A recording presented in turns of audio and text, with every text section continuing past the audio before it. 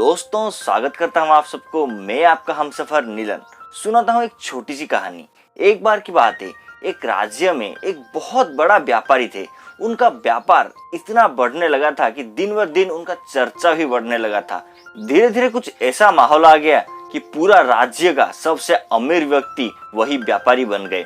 तो उनका अमीरी को देखते हुए राजा डर गए और वो चाहते थे कि उसका अमीरी इतना ज्यादा ना बढ़े, धीरे धीरे उसका व्यापार में घाटा हो जाए। तो इसीलिए राजा उसके पास एक खत लिखते हैं। खत में वो लिखते हैं कि हम तुम्हारे व्यापार से बहुत प्रसन्न हुए, तुम बहुत अमीर बन चुके हो, लेकिन हम चाहते हैं कि तुम्हें एक उपहार दें। तुम्हें उपहार के तौर पे हम एक द्वीप उपहार करते हैं जिसका नाम है खंडर द्वीप। तुम अपने पूरे परिवार के साथ वहां पर चले जाओ, क्योंकि हमें तुम्हारे जगह पर एक बहुत खूबसूरत सा तालाब बनाना है। तो इसीलिए अपना व्यापार छोड़ के तुम उस द्वीप में चले जाओ। हम तुम्हारे जगह से बहुत बड़े जगह तुम्हें उपहार दे रहे हैं। लेकिन यहाँ पर टर्निंग पॉइंट वो था कि वो जो द्वीप था वो बस दंड देने के लिए इस्तेमाल होता था। अगर कोई गलती करता है तो उसको जाके उस द्वीप में छोड़ दिया जाता है ताकि वो भूखा प्यासा वहां पर मर जाए। और वो द्वीप राज्य से बहुत दूर था, तो इसीलिए राजा का नजर कभी वहां पर जाता ही नहीं था। लेकिन राजा का आदेश था और ये था एक साधारण सा व्यापारी। राजा का आदेश ये खंडन नहीं कर सकता, तो इसीलिए अपना सारा का सारा व्यापार छोड़ के अपना परिवार के साथ कुछ खाने का सामान लेके चला जाता है खंडर द्वीप की तरफ। खंडर द्वीप में कुछ भी नहीं था, ना रहने को घर था, ना पीने को पानी था। तो इसीलिए ये अपने साथ सारा का सारा इंतजाम करके गया था। वहां पर वो रुक जाता है और इसी तरह से गुजर जाता है 10 साल। राजा सब कुछ भूल जाते हैं, उनको कुछ याद नहीं था कि वहां पर क्या हो रहा था। उनको लगा था कि ये जो व्यापारी था ये जाके वहां पर मर गया होगा, क्योंकि वहां पर कुछ था ही नहीं रहने के लिए। तो राजा प्रसन्न हुए थे और उनको कुछ पता ही नहीं था कि वहां पर चल क्या रहा था।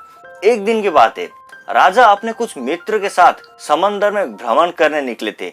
जब वो समंदर में घूम रहे थे तो उनको थोड़ा प्यास लगने लगा, उनको भूख भी लगने लगा और उनके पास जो खाना था वो खत्म हो चुका था। वो दूर देखते हैं कि वहां पर एक बहुत खूबसूरत सा एक द्वीप था और वहां पर बहुत सारे लोग भी रह रहे थे। तो ये अपने लोगों को बोलते हैं कि वहां पर ले चलो, वहां पर अगर हमें कुछ खाने को मिले तो हम लोग उधर से उठा लेंगे। तो वो पूरा का पूरा जो जहाज था वो चला जाता है वो द्वीप के किनारे और जाके वो वहां पर देखता है कि बहुत सारे लोग खुशहाली जिंदगी बिता रहे हैं और बहुत सारे लोग वहां पर रहते हैं। तो ये थे स्वयं एक राज्य के महाराजा।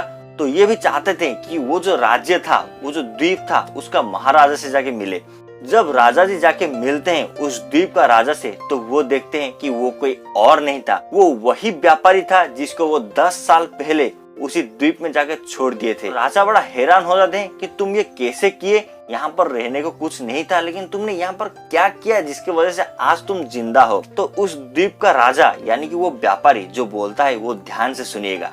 वो बोलते हैं कि महाराज, जब आपने मुझे यहाँ पर छोड़ दिया, मैं पूरे परिवार के साथ यहाँ पर रहने लगा। एक दिन की बात है, जब मैं समंदर के किनारे बैठ के दूर देख रहा था, एक जहाज मेरे नजदीक चला आया और वहां पर बहुत सारे लोग थे।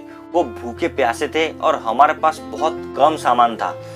तो उन्होंने मुझे पूछा कि आपके पास कुछ खाने के लिए है क्या। तो जो भी सारा चीज मेरे पास था मैंने उनको दे दिया, और जो रकम उन्होंने मुझे दिया मैंने इस द्वीप को डेवलप करने में वो सारा चीज लगा दिया। हमेशा रात को हम लोग द्वीप में एक छोटा सा बत्ती जलाते हैं। उस बत्ती को देख के बहुत सारे जहाज हमारे नजदीक आते हैं। जो भी खाने पीने का सामान हमारे पास होता है उनमें से हम लोग उनको कुछ दे देते हैं, और जो भी हमें जरूरत पड़ता है अपना पुराना राज्य में चले जाते हैं और वहां से सामान लेके यहाँ पर चले आते हैं। तो इसी तरह से हम अपना दिन गुजार रहे थे। और जो भी लोग समंदर के अंदर सफर कर रहे थे, अगर उनको कुछ चाहिए होता है तो वो लोग यहाँ पर चले आते हैं और हमसे खरीद के ले जाते हैं।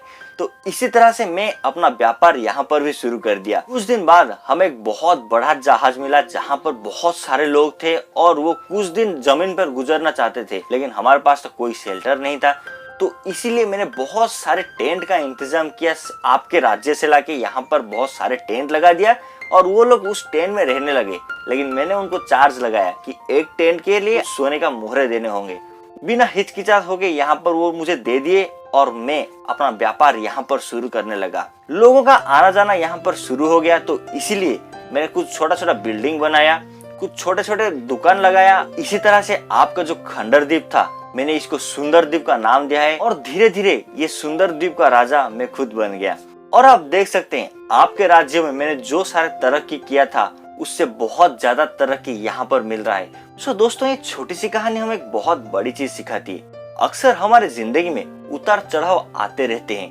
जब हमारे जिंदगी में तरक्की होता है तब हम बहुत खुश हो जाते हैं, लेकिन अगर कभी भी घाटा होता है तो हम मायूस हो जाते हैं। लेकिन हमें हमेशा ये सोचते रहना होगा कि ये वक्त चला जाएगा, ये वक्त रुकने वाला नहीं है। और हमारे जिंदगी में जो छोटी छोटी मुसीबतें आते हैं हमें उनसे सीखना चाहिए कि हम कैसे उनको टैकल करें और अपना जिंदगी जिए। दूसरी बात, जिंदगी में हालात कैसे भी आए कभी भी क्विट मत करना, क्योंकि क्विट करने वाले कायर होते हैं। अगर कोई मुसीबत आया है तो अगर हम उसको डट के सामना करते हैं, क्या पता कल को हम उस मुसीबत से और भी कुछ तरक्की कर लें।